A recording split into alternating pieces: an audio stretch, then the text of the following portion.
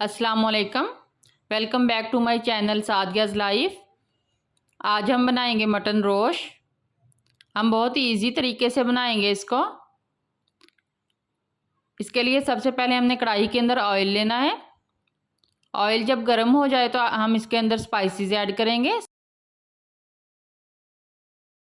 Spices में 1 चम्मच जीरा का लिया है, 2 टुकड़े दालचीनी के, बड़ी इलायची और सब्ज़ इलायची और 4 हमने लौंग लिए हैं, 2 तेज़ पत्ते लिए हैं।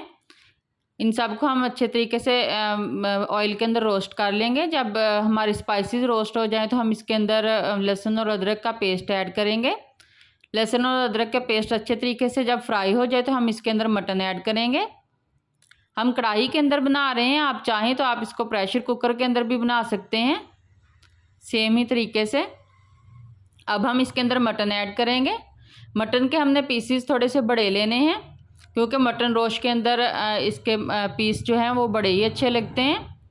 मटन को अच्छे तरीके से हम फ्राई कर लेंगे तकरीबन 1 मिनट के लिए। मटन का जब कलर चेंज हो जाए तो हम इसके अंदर हल्दी और काली मिर्च ऐड करेंगे। इसके अंदर रेड मिर्च नहीं जाएगी, काली मिर्च और हल्दी ही जाएगी। नमक की हमने पहले ही लहसुन के अंदर डाल लिया था। अब हम इसको अच्छे तरीके से फ्राई कर लेंगे। तकरीबन हमें 2 से 3 मिनट हो गए हैं इसको फ्राई करते हुए। अब हम इसके अंदर एक कटा हुआ प्याज डालेंगे और 1 ही टमाटर और 3 हम सब्ज़ मिर्च डालेंगे। आप चाहें तो आप ये स्किप भी कर सकते हैं, लेकिन मैंने थोड़ा सा टेस्ट के लिए इसके अंदर डाल दिया है। अब हम इसके अंदर पानी ऐड करेंगे। पानी हमने अपने मटन के हिसाब से लेना है, ताकि मटन भी गल जाए और बाकी हमारे पास इसका जो यखनी है वो भी बच जाए। अब हम इनको सबको मिक्स करके तकरीबन 1 घंटे के लिए हल्की आंच पे गलने के लिए रख देंगे। आप चाहें तो आप इधर आके प्रेशर कुकर लगवा सकते हैं मटन को गलाने के लिए, लेकिन हमने कढ़ाई के अंदर बनाया है तो मैंने कढ़ाई के अंदर ही इसको गला लिया है। तकरीबन 1 घंटा हो गया। अब इसको चेक कर लेते हैं हम।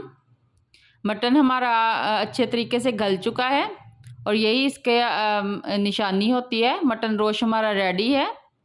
तो आप भी बनाइए, खाइए, ट्राई ज़रूर कीजिएगा। बहुत सिंपल और आसान रेसिपी है। हम इसको नान के साथ या खमीरी रोटी के साथ सर्व करेंगे। देखें हमारा मटन रोस्ट कितना अच्छा रेडी हुआ है, देखने में ही बहुत अच्छा लग रहा है। तो आप भी बनाइए। रेसिपी अच्छी लगे तो ट्राई ज़रूर कीजिएगा। दुआओं में याद रखिएगा। एक दफ़ा फिर मिलेंगे एक नई और मज़ेदार रेसिपी के साथ। अल्लाह हाफिज़।